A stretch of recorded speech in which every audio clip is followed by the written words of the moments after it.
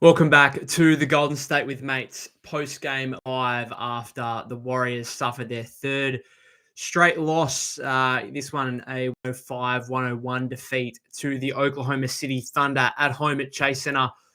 If you've got any thoughts on the game and you're in the chat, then please let me know and I'll read them out on the live stream. But a really bizarre game. Really bizarre game. Like the first quarter, the Warriors go up 9-6 early on. Andrew Wiggins has all 9 of those points, and you think, okay, reasonable start. Wiggs is on fire.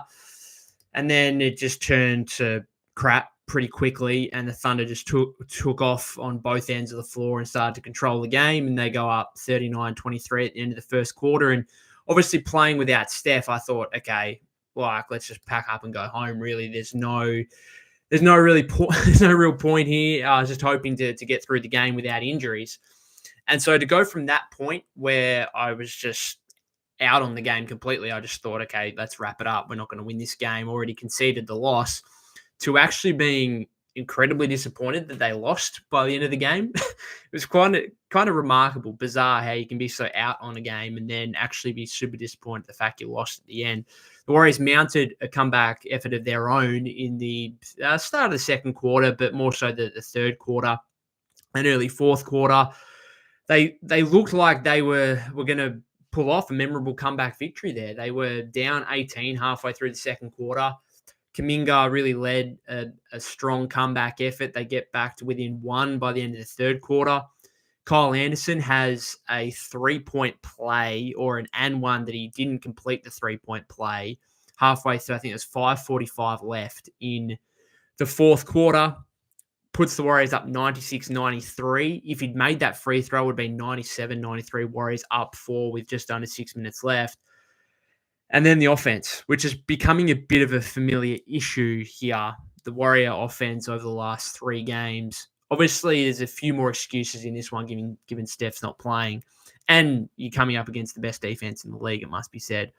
But they went 9 straight possessions without a point. And credit to the Warrior defense, they also made it incredibly difficult on Gilgeous-Alexander and the Thunder offense, and that kept the Warriors in the game.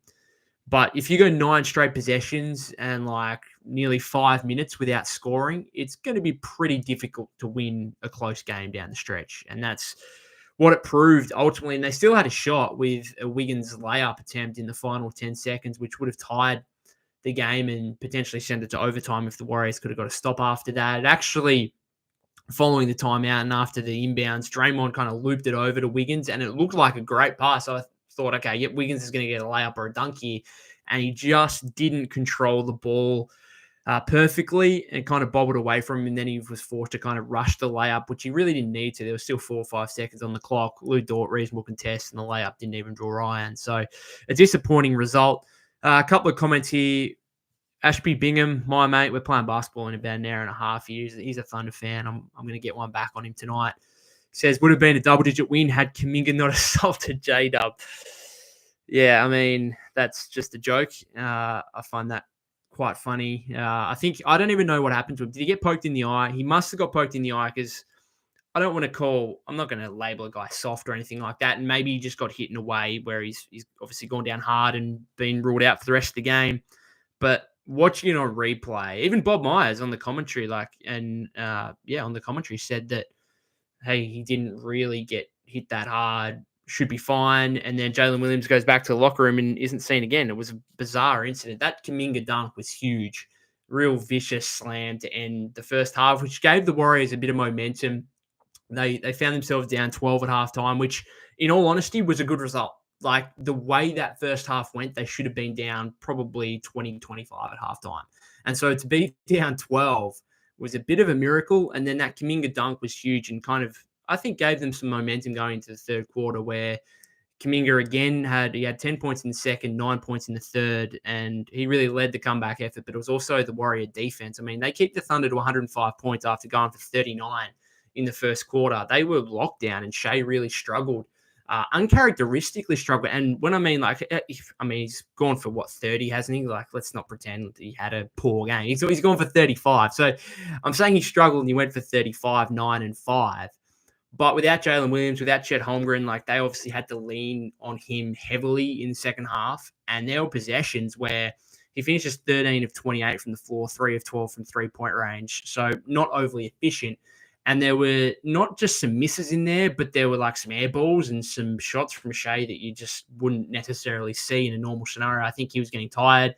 So credit to the Warrior defense there. Draymond Green, I thought, was huge on the defensive side of the ball. He really locked in the fourth quarter and almost willed the Warriors to victory with his defense alone, which he's done plenty of times in the past. But unfortunately, usually he has Steph on the other side that's able to get a few points and get some buckets, and together they get the Warriors over the line. Unfortunately, in this one, they just didn't have any offense in the final 5 or 6 minutes, which is really disappointing because, as I said, I went from a situation where I was out on this game, thought, yep, this is our third straight loss, we'll move on, to actually, by the end of it, being very disappointed that they didn't pull off that victory, because you think with 5:45 to go, Shea looks like he's getting tired, struggling a bit. Isaiah Hartenstein played like the final 8-9 minutes with 5 fouls. He's in foul trouble. There's no Chet, obviously. Jalen Williams is out of the game now. It was really, like, to me, it was Shea and Hartenstein and really no one else. Like, Lou Dort was 1 of 5 from the floor. Isaiah Joe hit some shots, but mainly in the first half, I thought. They really didn't have too much else offensively. And I thought the Warriors were in a good spot to win that game. And so it's a little bit disappointing that they didn't in the end, as surprising as it would have been to pull off a 18-point comeback effort without Steph. FTW Clan says he rushed it. That was in regards to Wiggins. If he gathered and pumped and went up strong, I think he could have finished. Yeah. He just, I don't know if he thought that the time, like there was only 1 or 2 seconds left rather than the 4 or 5 that he actually had. Could have gathered it, could have put his body into Dort, and certainly gone closer than what he did, where it was a layup that was never close. Frankie Clayton says Kerr took out slow-mo, a player on fire. Yeah, so let's talk about the rotation and the lineups for a bit here. So the Warriors start small. I thought it was a bit bizarre in the first half. So they start small with Draymond at center. Kuminga, who, of course, has missed the last 2 games through illness, comes back and straight into a starting role. Pods is obviously starting instead of Steph. So it's Pods, Waters, Wiggins, Kuminga, Draymond to open the game. And it was really interesting, like, the Warriors matched up Draymond's minutes with Hartenstein, I thought, a lot. And, like, Hartenstein's their only legitimate big man. And then when Kenrich Williams is on the floor, a 6'7", stretch 5, who is, he's small. And then they decide to go to TJD and Looney. I just thought, like, surely you would go to TJD or Looney against Hartenstein and play Draymond against Kenrich Williams. Whatever. I don't think that really impacted the game too much. I thought Draymond was really good regardless. But it sounds like after the game there, Steve said that he wanted to go small because there's no Steph. And obviously with no Steph, you just have to put more shooting out on the floor. I was horrified, absolutely horrified by Kuminga's first 5 minutes. It was awful. It was absolutely awful. He took 3 threes. None of them were close. He got stripped a couple of times, I think, going to the rim. His first stint in the first 5 or 6 minutes was legitimately horrific. I tweeted it out. It looked like he'd been out for 2 years, not 2 games. That's how just out of rhythm he was. And so for him to respond like he did in the second and third quarter was excellent. He had 19 points in the next 2 quarters, including that vicious dunk. Hit a few threes again. Took too many threes, I thought, but it is what it is. And then the fourth quarter was disappointing again. So it's funny when you kind of look at his game. He goes 8 of 21 from the floor, 19 points, has a couple of turnovers as well. And you think, okay, 19 points on 21 shots isn't great. But if you watched the game, you would know that the Warriors just don't get close to winning that game if it wasn't for Jonathan Kuminga. So as rough as 19 points on 21 shots kind of looks, and some of the stuff early was just goddamn awful, I actually liked his game. I thought he was all right. So it's the same with, like, Wiggins goes 4 of 17, and yet I still felt more comfortable him taking shots and him getting looks more than anyone else. And I think that goes more to say about the Warrior offense without Steph, is that it's very Wiggins, Kuminga reliant, Buddy Hield when he's out there, and everyone else, it's just rough. It is really rough to watch the offense outside of those three guys. And even in this one, like Wiggins and Kuminga combined to go 12 of 38. 12 of 38. And unfortunately, they just didn't have enough offense. But yeah, you had that starting five. And then off the bench, I thought Kyle Anderson was excellent. And you're probably right in saying that he probably should have stayed out on the floor. But then how do you play him, Kuminga, and Green? Could you have done that? Slid Wiggins to the two, maybe taken Waters out. No, instead of having like the Waters Hield combination down the stretch, I think Waters was playing for a few minutes and Hield came in later. Maybe you just don't have either of those two and just go big and just say, okay, we're really leaning heavy defense here. Hopefully Kuminga and Wiggins can take over, and they just didn't anyway. And like Waters goes 1 for 7 as well. So it's not like he was providing any offense out there for you. I don't know. I agree. Like Slow-Mo should have played more than 17 minutes, 21 seconds, because while he was out there, he had 10 points, 2 rebounds, 3 assists, and was quite good. A few other comments here. FTW Clan says, honestly, when it comes to Moody, just trade the kid. I like him, but it seems like Kerr hates putting him on the floor even when he's playing well. Let him go get opportunity on another team and get something useful back for him. I mean, Kerr literally had Pat Spencer in guarding Shea in crunch time. All right, let's talk about Pat Spencer in a second here. But first on Moody. So Moody plays just under 13 minutes, 0 of 4 from the field, 0 of 3 from three-point range, 0 points, donuts, 2 rebounds, 1 assist. Didn't play overly well. I mean, he was a 0 plus minus, so it wasn't like he was a huge negative. A lot of that would have come when he's out there in the third quarter. Obviously, a big talking point after the loss to Brooklyn on Monday was the fact he had 15 first half points and then played 4 minutes in the second half. Huge talking point. I think he just wasn't playing overly well in this one, so I'm not as not as critical of Steve Kerr not playing Moses more in this game, but it is obviously a general theme that he could probably play more. I do wonder why he's playing 13 minutes. And again, this is more a general theme, not just this game, because this game you can argue, well, Moses just didn't play well, so that's why he only played 13 minutes. But if you look at the minutes over, since Melton was out injured, I was surprised after Melton got injured that Lindy Waters got the nod over Moses Moody in the starting lineup. And if you look at those minutes since Melton went out, I'm not sure what they are, but I think they would be fairly similar to what we saw today, where Lindy Waters played over 24 minutes and Moses played 13. That's weird to me. I don't think there's a world in which Lindy Waters III should be playing 11, 12 minutes more than Moses Moody. And Waters, I'm sorry, it was nice while it lasted. He had that huge game against the Pelicans. His shooting is just not there at the moment. He made one deep one off a Kuminga offensive rebound in this one, and that was about all I can remember. Really, I mean, that was all he did from a scoring standpoint. He went 1 of 2 of the line, sorry. So he had 4 points, 1 of 7, and all of those were 3-point attempts. So the Moses stuff, I don't have much of an issue necessarily with him only playing 13 minutes because he didn't play well, but I have more of an issue with the fact he only played 13 minutes when Lindy Waters played over 24. And even Buddy Hield playing 23 and going 5 of 8, 17 points in a game where you're really struggling for offense, you probably have to question why Lindy Waters played more than Buddy Hield in that scenario. Maybe it's just the defense, the size. We've seen some defensive concentration issues from Buddy Hield throughout the last few games. Maybe that's a part of it, but then I think Moody could be out there. Maybe you could go really big and play Wiggins, Kuminga, Draymond, Slow-Mo kind of thing if you want to go big without actually putting a genuine center out there and still theoretically having 5 guys out there that can shoot or will take shots from deep. Just in terms of your Pat Spencer comments. So this was it was a bit of a meme, but he actually played well.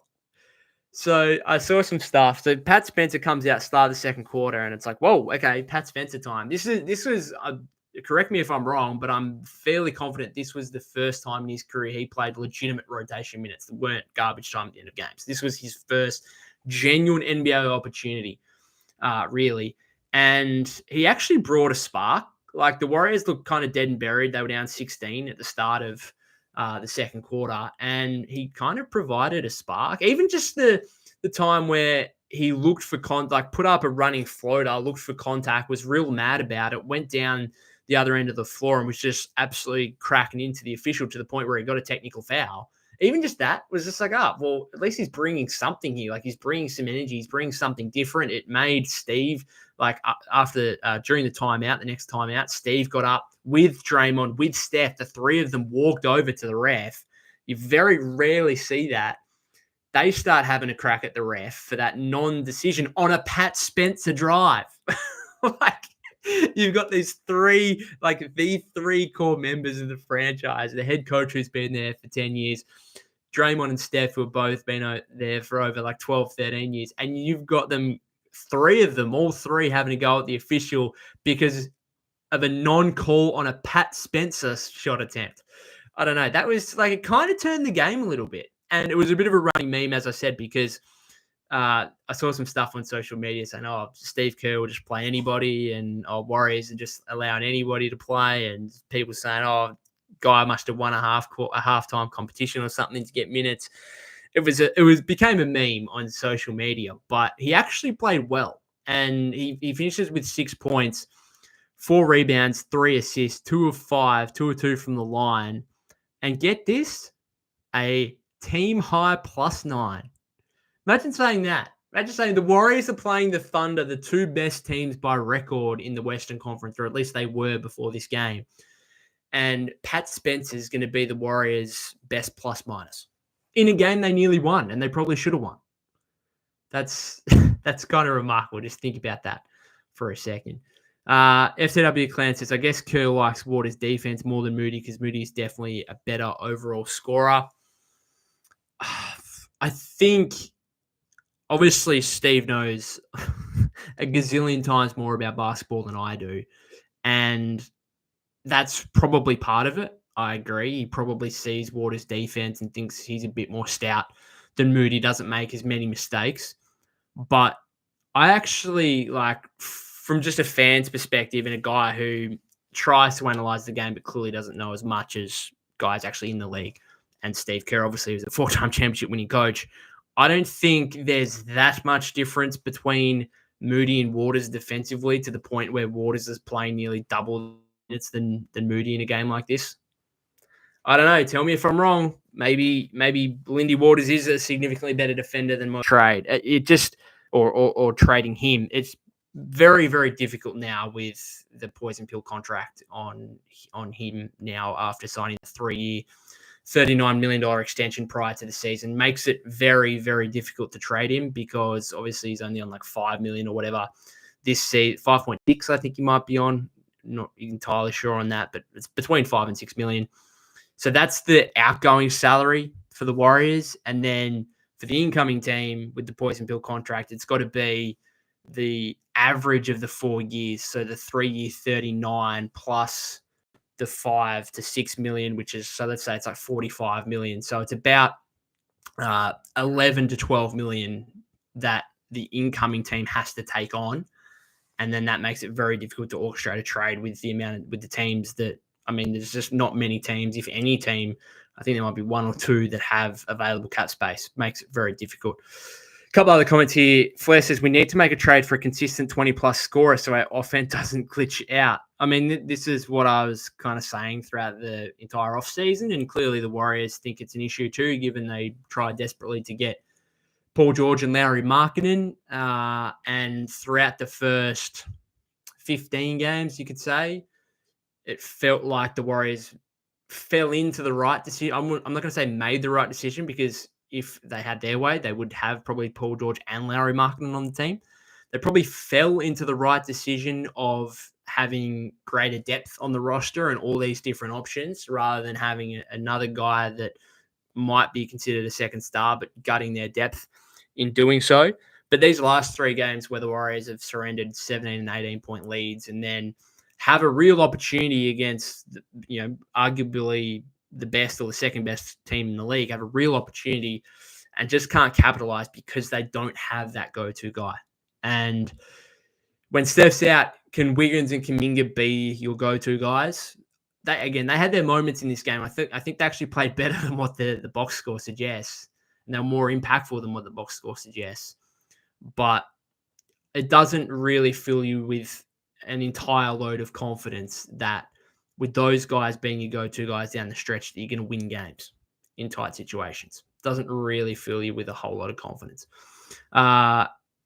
S says Kerr sees a player shooting well and benches them. No trade is going to fix that type of coaching.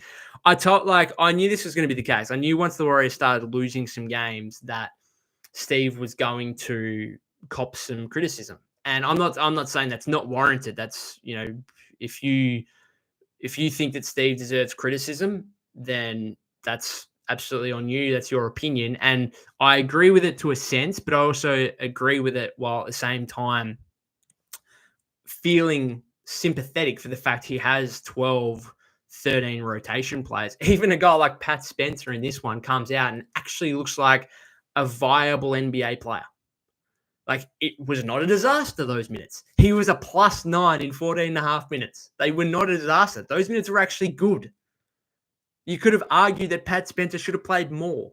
And so the Warriors have all these guys who are legitimate rotation options, and Steve's got to pick only 5 to be out on the floor at any one time.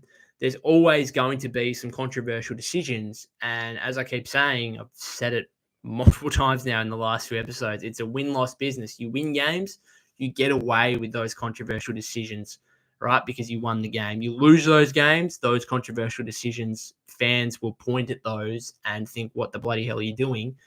And that's going to start to become an issue, right? So that's just how it rolls, right? I think we got to remember, like, ESPN did their poll the other day of all the NBA individual awards and who would win them today if the season ended. And Steve was ranked 3rd in Coach of the Year. Like, he's a genuine, at least up until these last 2 or 3 games, he was considered one of the front runners for Coach of the Year. And he certainly wasn't going into the season. So most people would say he's had a very good first 14 to 15 games. Does 3 losses change that? I think I want to hold off on too much criticism. Like, people just go over the top, just saying, like, Warriors need to fire this guy. He's what's holding the Warriors back. Okay, I understand the criticism, but it's also like, you're 12-6. You probably should have won this game. You should be 13-5, equal top of the Western Conference right now. It's not Steve's fault that maybe it is to a degree, but I don't give him too much blame for not being able to score down the stretch. I just think there's a lack of personnel there. I just don't think Wiggins and Kuminga are absolute top-tier go-to guys in crunch time. Shea wasn't great down the stretch, but he even, like, in that minute 20 to go, Thunder up 1, he hits that BS 3 over Pods, and it's like, well, that's just what he does. He's a very, very good shot maker, and he's just clearly a better player than Andrew Wiggins and Jonathan Kuminga. So if you have that scenario again where the game is very evenly poised with 5 or 6 minutes left, and one team has an MVP candidate in Shea, and the other team has Andrew Wiggins and Jonathan Kuminga, you're probably going to take the MVP candidate in most scenarios. Even though, at the same time, I will say that I'm disappointed that the Warriors didn't get the win, because I thought their defense on Shea and on the Thunder in general was very, very good. Flair says, other than that, I think we are good. As long as we stay top 4 seed in the West, I'm fine. I'm not mad at Steve at all, to be honest. Every decision he makes will get critical backlash just because of what if he did this question? Yeah. Exactly. There's so many different scenarios, so many different rotation options for the Warriors that it is incredibly easy to be an armchair expert, sit back on your couch and say, well, we lost that game because Steve did that, and here's the 5 other things he could have done differently that would have been better. It's very easy to say that, but we're not coaching in the moment. And so there's obvious things. There's some obvious things where you're just like, that doesn't make any sense. Like Moses playing 4 minutes in the second half on Monday, that's obvious. Okay, you can criticize Steve for that, I think, and say that's just wrong, right? You got to ride the hot hand in that scenario. But in terms of, like, someone said it before, Frankie Clayton said it in regard to the Kyle Anderson thing. I probably agree that Kyle Anderson should have played more, but I'm not going to absolutely get on Kerr for that. I don't think it's an egregious mistake by any means. And that's the thing. I think if there's an egregious mistake, like there was on Monday with the Moody stuff, then that's when I think you can be critical. When there's little ticky-tack ones where it's like, well, if he did this, maybe it could have been a better result, then I don't really want to hear about it. I'm not really going to complain about it too much. Drew says 2 days of heartbreak until next game. Yeah, we've got the Saturday game against the Suns in Phoenix, who just lost to Brooklyn, which makes me feel a little bit better about the Brooklyn loss. The fact that the Nets have gone into Sacramento, into Golden State, into Phoenix, and won all 3 games. And did they win all 3 by double figures as well? Oh, sorry, they beat the Warriors by 8, not 10. That's the Spurs won by 10. But yeah, they beat the Suns 127-117. I did actually watch the last couple of minutes of that while halftime was on in the Warriors Thunder game, and KD turned his ankle late. So fingers crossed for him. But there's a bit of a watch there on his status, I suppose, before that game on Saturday. And of course, Steph sounds like it's not too much of a concern with that. What do they call it? Patella femoral pain or something like that. Doesn't sound great, but it just sounds like a bit of a knee soreness more than anything. And sounds like he's probably going to be right to go on Saturday to face the Suns. And clearly we're going to need him, because this is the issue, is that the Warriors have been excellent to start the season, 12-3 to begin with. And then they've now dropped 3 straight, 12-6. And if you go on any kind of extended losing streak where you lose 4 or 5 games in a row, then you're going to go from the top to somewhere near the bottom rather quickly. And if you look at let me just look at the standings right now. I think the Warriors are only like 2 games up on the 10 seed or something like that. So the Warriors are 3rd. Houston are now 14-6. They win back-to-back overtime games, beat Philly again today. So they're 14-6. The Thunder are 14-4. Warriors are 12-6. Grizzlies 12-7. Lakers 11-7. Clippers 12-8. Nuggets 10-7. Mavericks 11-8. Suns 10-8. Spurs 10-9. So 10 teams all above 500. So yeah, you've got the Warriors 2 games back, I suppose, from the Thunder, and then they are 2.5 games ahead of the 10 seed Spurs. Again, like you lose, and I spoke about last podcast episode yesterday about the schedule coming up. Warriors need to be careful. Warriors need to be careful, because this can go, I'm being just serious here, I'm just being realistic. This can quickly go from a team that was on top of the Western Conference to a team that is, again, just battling to make the play-in tournament and is 9th or 10th. It could happen rather quickly. They need to, and that's why I'm also disappointed about this loss, because they had an opportunity, and not just an opportunity to beat the Thunder, who are obviously a Western Conference rival, who the Warriors would have tied them for equal best record in the standings right now had they won. But to snap a 3-game losing streak and just kind of get out of this funk with a win, I'm nervous right now. And I thought they played okay today. I thought their defense was excellent. Thought they brought the energy and the intensity after the first quarter really well. So I thought they played pretty good. Like, without Steph, I couldn't have asked for much more. But again, that doesn't mean I'm not disappointed with the ultimate result there in losing the game by 4 and having the opportunity. Just a couple of things before I'm going to finish this up fairly soon. FTW Clan says, how did we shoot from the line tonight? I think it was okay. I don't think it was too much. Wiggins missed 2 in a row at one stage, but I don't think it was. The Thunder missed a few as well. I think Jalen Williams missed like 3 in a row in the second quarter. I don't think it was a game-breaking thing, was it? Thunder goes 16 of 26, 61.5%. And even Shea at the end there, the Warriors, Wiggins made a 3 to cut it to 1. And then Shea had an opportunity to extend it back to 3. He missed the first and only went 1 or 2, which obviously gave the Warriors an opportunity to either tie or take the lead in the final 10 seconds there, and Wiggins blew the layup. And then the Warriors shot 15 of 21. So the Warriors, I mean, they shot 71.4%, 10% better than the Thunder. So the free throw is not really an issue. Again, from the field, Thunder 45.9%, 29.7% from 3. Warriors 35.7% from the floor. They took 13 more field goal attempts than the Thunder. What was the offensive rebound count? Just having a look. Yeah, 18-8 on 0 boards in this game. Helped the Warriors get 13 more field goal attempts. They shoot 35.7%. And then 32% from 3-point range, which was Buddy went 5 of 8. So if you take him out, they've gone 11 of 42 from deep. Kuminga, 3 of 10 from 3. Is there ever a game in which Jonathan Kuminga should be taking 10 3-point attempts? I don't know. I saw that dunk in the second quarter. Like, just that level of athleticism, very few players have in the NBA. And then some drives as well where he finished. There were a couple of drives in the fourth quarter where he would love to have them back, where he kind of blew by Hartenstein. I wouldn't even say Hartenstein got a contest in. I'd say Kuminga just blew a couple of layups that he should be making.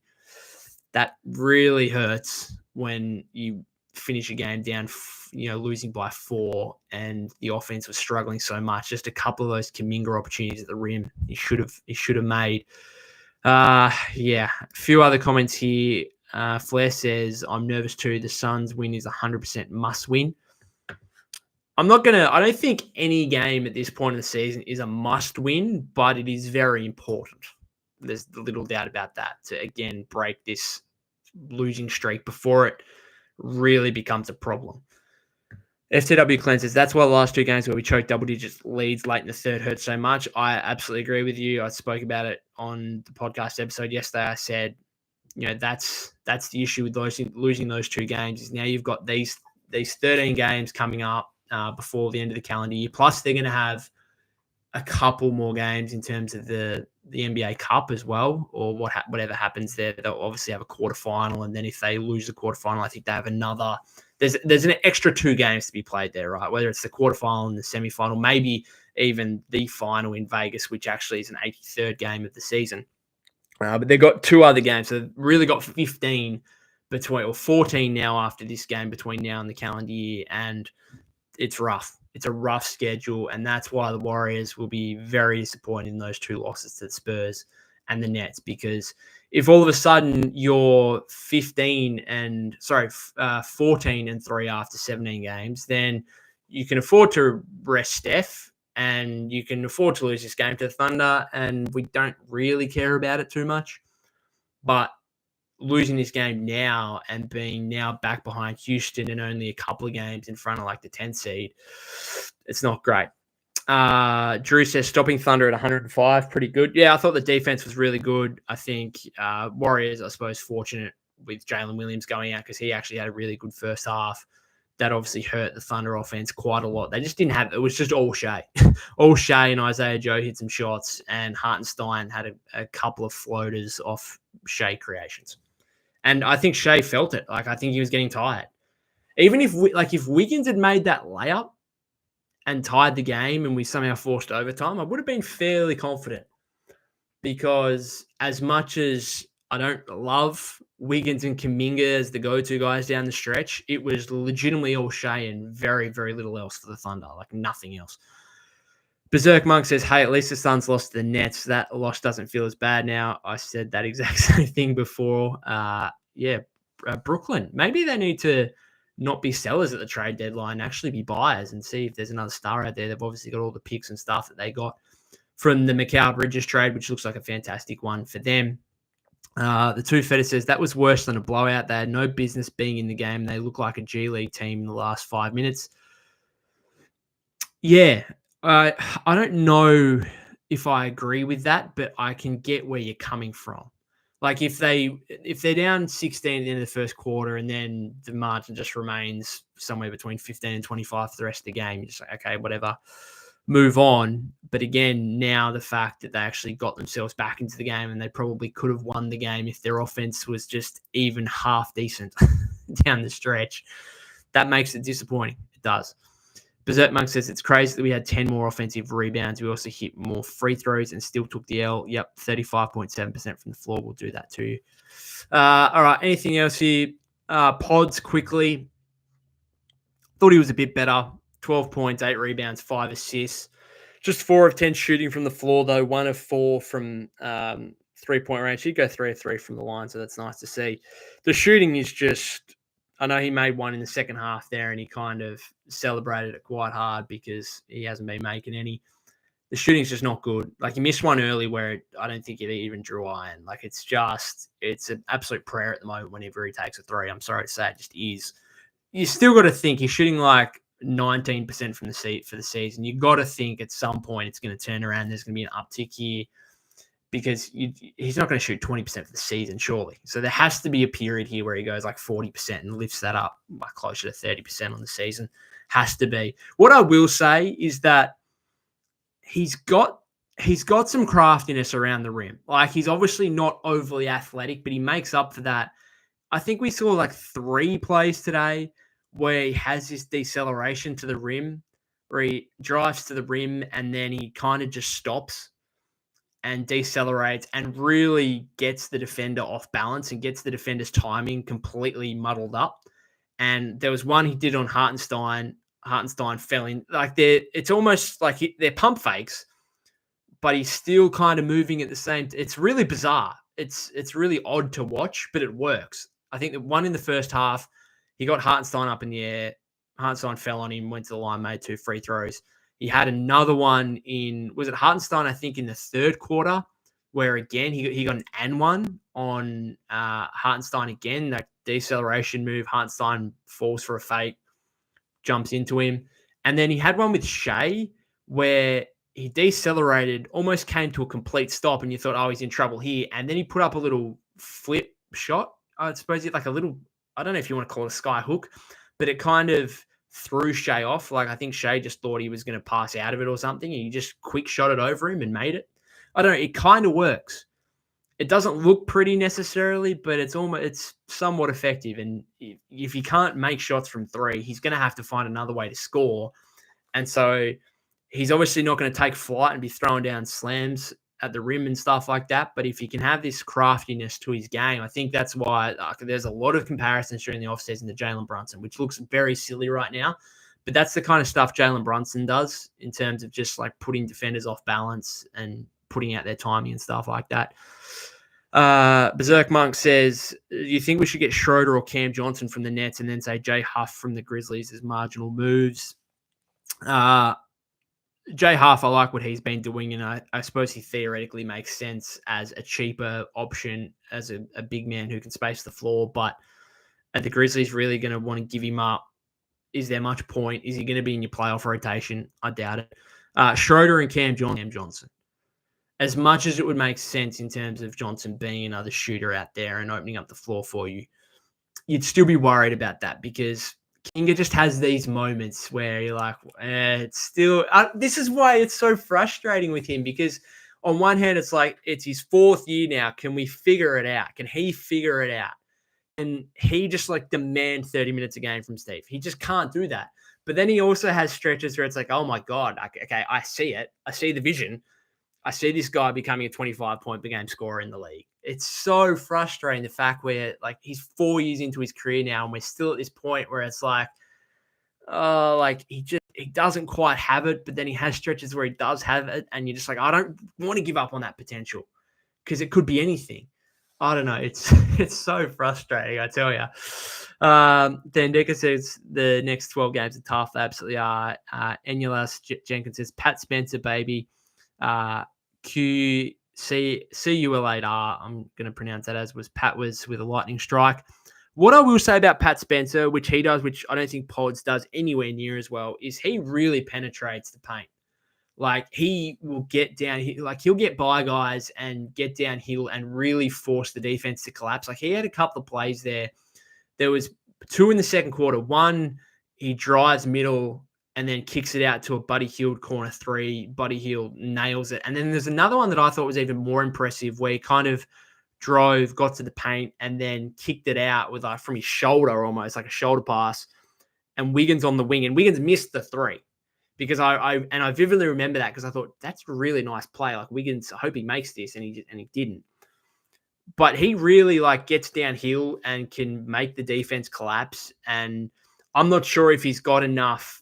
Like, he made a layup there in the third or early fourth quarter. It might have been early fourth quarter. Got to the free throw line in the first half on a drive. I'm not sure if he's a good enough finisher where he's actually. Like, if he kept playing and got legitimate, like, rotation minutes, I'm not sure if he is a good enough finisher to the point where defenses would say, okay, we're going to keep collapsing because we actually think you're going to make some shots here. I think it's a guy like not many teams have seen. And when a guy gets downhill and actually gets by a guy and looks like he's going to have an open lane to the rim, clearly defense has just collapsed. And he does that well. He does that well. And that's something that Pods, when he gets the paint, it's all kind of in slow motion. And it feels like the defense isn't really like Pods can get to the paint, but it's not like lightning downhill. Defense has got no time to make a decision. Like they just have to collapse in, and then you get a wide open three out of it. It's all kind of slow motion. Oftentimes he gets the paint, then he comes to a stop, and he's just going nowhere, and then he's just like forced to kick it out, and the offense almost has to start again. I don't know. Thandeka says, a few comments here. Enulus Jenkinson says, JK just hasn't got the feel for basketball despite having all the physical attributes. Yeah, that's still a concern. Is that something that can come? I think that's improved throughout the course of his career. I think he's far more developed, obviously, with his basketball IQ and stuff like that from what he was first couple of years. But can it ever be good? And it's also the worry is that if he goes to another team that has a bit more of a simplistic offensive style and there's less ball movement, less player movement, that he could really just show out and thrive. And then the Warriors are made to look silly. It's a bit of a concern there. Thandeka says, when Poole went to the G League, he came back better. I think Pod should go. This is the issue. He's the backup point guard. So what can you do? Like, he's the backup point guard. Do you actually just give Pat Spencer a run as the backup point guard for a bit if Pods is going to the G League? That's the only thing you could possibly do. Berserk Monk says, the fact we're considering sending Pods to the G League where we could have had Mark and if we included him just hurts. Yeah, I'm not going to disagree with that. I think fans are considering sending Pods to the G League. I don't think the Warriors are considering sending Pods to the G League. I mean, with the stuff around Steph right now, he's the starting point guard for this game. And at any point, Steph could go down and you might need extended minutes from Pods. And I don't think it's a consideration right now. Thandex says, also when the three ball isn't falling, we need to get into the paint. Yeah, well, I thought Kuminga did that occasionally. Like, he's clearly the best at it. He just missed a couple of layups he should make, and still taking 10 3-point attempts from him isn't great. Thandeka's asking Berserk, do you think owners will take Pods now? As in opposing teams taking Pods? His value clearly would have decreased. There's no doubt about that. I have said before, like, I hope we don't get to a situation where the Warriors missed a real big opportunity of selling high on Podziemski when not only them thought that not only did they think he could be a future star, but like other teams thought he could be as well during the offseason. Anyway, been going for over 40 minutes here, so I'm going to finish it up. Warriors play the Suns on Saturday. Hope you all have a great Thanksgiving for those of you in America. I legitimately just have no idea what Thanksgiving is. I don't know what it's about or what happens. I know you eat a lot of food and I'm down for that. So hope you all have it's tomorrow, isn't it? I think so. Hope you have a good Thanksgiving for those of you that are celebrating it. Other than that, if you haven't subscribed to the YouTube channel already, that would be greatly appreciated. You can follow me at POK252. That's POK252 on X/Twitter. I'll probably be back for another podcast episode, probably previewing the game between the Warriors and the Suns and a few other things that may emanate in the next couple of days, particularly obviously a watch on Steph and his injury status ahead of that game. Other than that, guys, thank you very much to those of you that have tuned in or are watching on replay or listening via your podcast feed. Much appreciated again, and I'll see you on the next episode.